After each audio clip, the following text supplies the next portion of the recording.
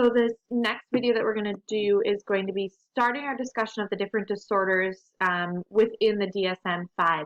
And we're going to start with our discussion of anxiety disorders, and we're also going to lump in there obsessive compulsive and related disorders as well as stress-related disorders. So the prevalence of anxiety disorders, according to the Anxiety and Depression Association of America, is that anxiety disorders are the most common mental illnesses in the United States. They affect about 40 million adults ages 18 and older, about 18.1% of the population every year. And then an estimated 31.9% of adolescents between the ages of 13 and 18 have had an anxiety disorder using the DSM-4 criteria as well. So with the DSM-5 was just recently adopted a few years ago. And so there has been some shift in how these disorders are classified. So in the DSM-4, anxiety disorders encompassed generalized anxiety disorder, panic disorder, phobias, obsessive-compulsive disorder, and then trauma and stress disorders. However, in the DSM-5, we've now broken those apart into different disorders. So anxiety disorders still include generalized anxiety disorder, panic disorder, and phobias. And then obsessive compulsive and related disorders are their own classification, and then trauma and stress related disorders are their own classification as well. So we're going to talk with anxiety disorders. The general qualities of anxiety disorders are that there are fear, worry, apprehension, intrusive thoughts, physical symptoms like tension in your shoulders or shaking, and then they all seem to have an automatic quality that comes within a person. So they just kind of like come about without someone really even feeling that they're coming along. The three that we're going to talk about are generalized anxiety disorder, or GAD, PD, panic disorder, and then phobias. So generalized anxiety disorder is classified as prolonged, vague, unexplained, but intense fears that do not seem to be attached to a particular object. So this is prolonged, meaning it is going to last for weeks or months, sometimes years. Usually the fear is unexplained and vague, and it's not tied to one object or another. So this is not where you are afraid of the dark or you are afraid of social situations. This is like all of the time. Studies show that between 4.1 and 6.6% of the population have experienced generalized anxiety disorder. This is more common among women than in men.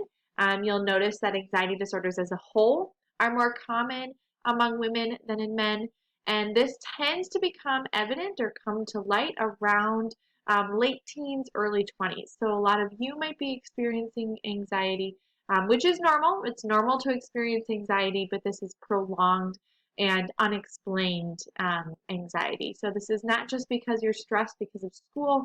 This is like you cannot put your finger on why you are stressed or why you are afraid.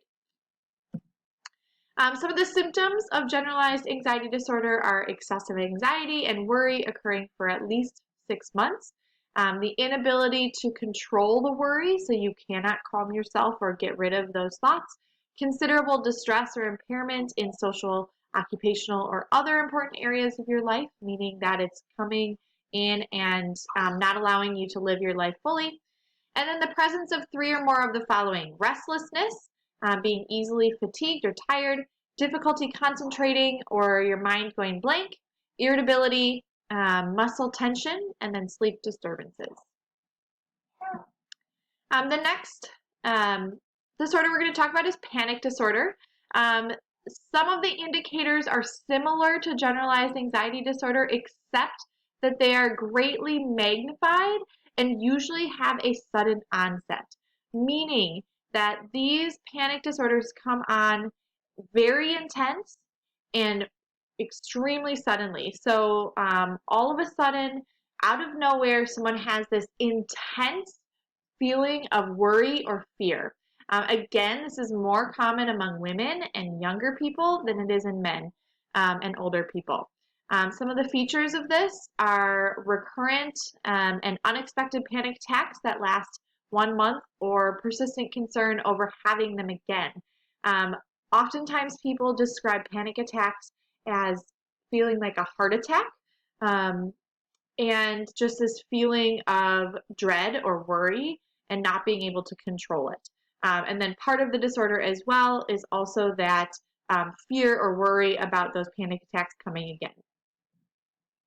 So symptoms that I had talked about: shortness of breath or feeling smothered, dizziness, unsteadiness or faintness, trembling, sweating, racing heart, choking, nausea, stomach pain, numbness, tingling, chest pain or discomfort, a feeling of just feeling off or strange, and then a fear of going crazy or losing control. So like I said, these are very similar to those symptoms of a heart attack. So many people do go into the hospital thinking that they are having a heart attack. The duration of the attack and then the severity of the symptoms varies from person to person, as well as from attack to attack. Okay, phobia is probably something we've all heard of before, but phobia, to be diagnosed with a phobia, you need to have a persistent and irrational fear of an object or situation that disrupts your behavior.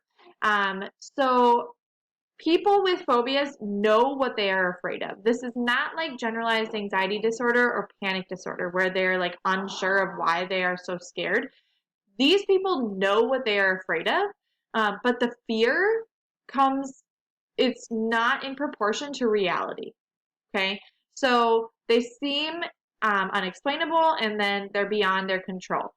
What this means is that someone could be afraid of heights, but in order to be classified of having a phobia of heights, you need to be able to say that like your fear is disproportional to what could actually hurt you, right? So you even standing or sitting on a couch where your feet don't touch, that could be nerve-wracking to someone with a phobia of heights, right? That's irrational. That's disproportional to the reality of the danger of you falling, right? So there's a difference between fear and phobia. We all experience fears, but phobias are those irrational fears that disrupt our daily life, our behavior. You cannot sit on anything where your feet don't touch because you're afraid of heights. That's disrupting your everyday life. So we have specific kinds of phobias. So we have specific phobia, which is a fear of a particular object. That's like arachnophobia, fear of heights, et cetera, et cetera. Social phobia is the fear of embarrassment in interacting with others. And then agoraphobia is the fear of entering certain fear-evoking or unfamiliar situations. It's often accompanied by panic attacks. And so oftentimes people will avoid crowds or large social gatherings because those panic attacks could occur in those areas. Okay, let's move on to obsessive compulsive and related disorders. Obsessive compulsive disorder has two different pieces. It has persistence of unwanted thoughts. Those are the obsessions. And then it has the urge to engage in senseless rituals that cause distress. Those are the compulsions. So you have to have both of those in order to be diagnosed with obsessive compulsive disorder. So the obsessions are the thoughts, the compulsions are the behaviors or the rituals, okay? So there's a cycle of obsessive compulsive disorder. Someone will have an obsession or an intrusive thought. Maybe it's that their mother is going to die. That gives them anxiety. And so in order to get rid of that anxiety, they're going to do a compulsive ritual. Maybe it is touching the doorknob 5 times, and then that gives them relief. However, if they don't do that, if they don't touch the doorknob 5 times, that's going to give them those obsessive thoughts again and then cause the anxiety. So you can see how this just goes around and around, right? So the compulsive rituals ease that anxiety, which then reinforces the idea that nothing's going to happen if you do that, right? So that's the idea here. People with OCD do not seem to know anything with certainty. So basically the idea is they don't trust their own senses. So they do things, these compulsions, these rituals over and over again because they don't trust that they've done them. They don't just trust that they have made a decision. So which part of the brain then would a biological psychologist say it's affected? Our frontal lobe, because it's involved with our decision making and our focus, right? So we noticed that this PET scan of a person with obsessive compulsive disorder, we see high metabolic activity, which is the red, it's lit up in the frontal lobe, because our frontal lobe is responsible for our decision making, our impulse control, and where we direct our attention. Some other OCD-related disorders, these fall under that umbrella of OCD and related disorders. Body dysmorphic disorder, which is the preoccupation with an imagined or exaggerated defect in personal appearance. Usually an essential feature of this is that they believe that the part of their body is disformed, or they believe that there's some sort of problem with their body. But it is an imagined defect. It's not actually there. The next is hoarding disorder. This is the persistent difficulty or discarding or parting with possessions because of a perceived need to save them. They feel that something bad will happen if they get rid of them. And so that's the obsessive thought. Trichotillomania is a hair pulling disorder. It involves recurrent, irresistible urges to pull out hair from the scalp, eyebrows, or other areas of your body despite trying to stop. So someone who's doing this cannot control it. Their body just continues to do it. It relieves stress for them. And then escortiation disorder, which is a skin picking disorder. This is the repeated picking at one's own skin, which results in skin lesions and causes significant disruption in one's life. So this isn't just like, oh, I'm going to pick at that little scab that I have because it's annoying me. This is like, I am picking at my body all of the time, and I cannot wear regular clothes because if I do, I will pick at the parts of my skin that are exposed. Okay. So let's talk a little bit about body dysmorphic disorder. This preoccupation with their defect or their perceived defect is time consuming. It's usually about the size or shape of their facial features, acne spots or on their skin, wrinkles, thinning hair, or scars. They experience a lot of distress over this disformity, and they feel self-conscious about that defect. And that could lead to avoidance of work or public situations because they're embarrassed about this defect that they have. People who suffer from body dysmorphic disorder do experience a higher rate of major depressive disorder and suicidal tendencies.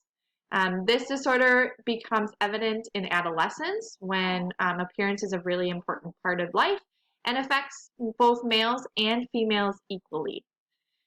These are some examples of drawings done by people with body dysmorphic disorder of what they see when they look in the mirror.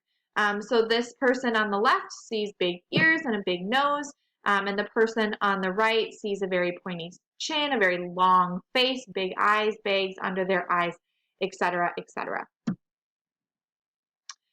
Here's an example of someone who has body dysmorphic disorder. Sarah Burge is from the UK. She is 50 years old.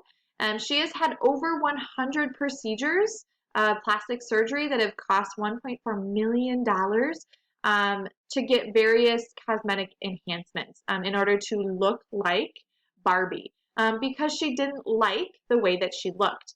So she is recently in the news because she allowed her 16-year-old daughter to begin Botox treatments. But she is an example of someone who would have body dysmorphic disorder.